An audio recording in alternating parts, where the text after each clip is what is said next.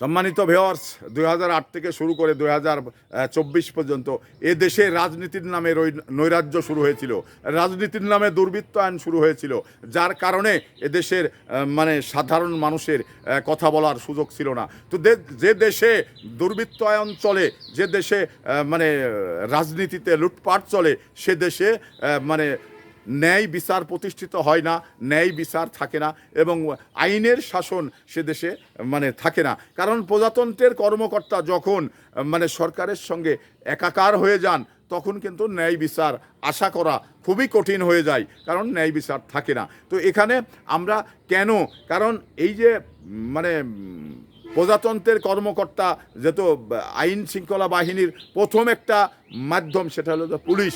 এই স্থানীয় মানে জন প্রশাসন, স্থানীয় প্রশাসন হিসাবে তাদের ভূমিকাটা তৃণমূলে থাকে বেশি। তো তাদের কাছে গিয়েই যখন মানুষ ন্যায্যটাকে মানে পেতে নিরাশ হতে হয়, তখন কিন্তু পুলিশের প্রতি সেই ধরনের সিম্প্যাথি জনগণের থাকে না।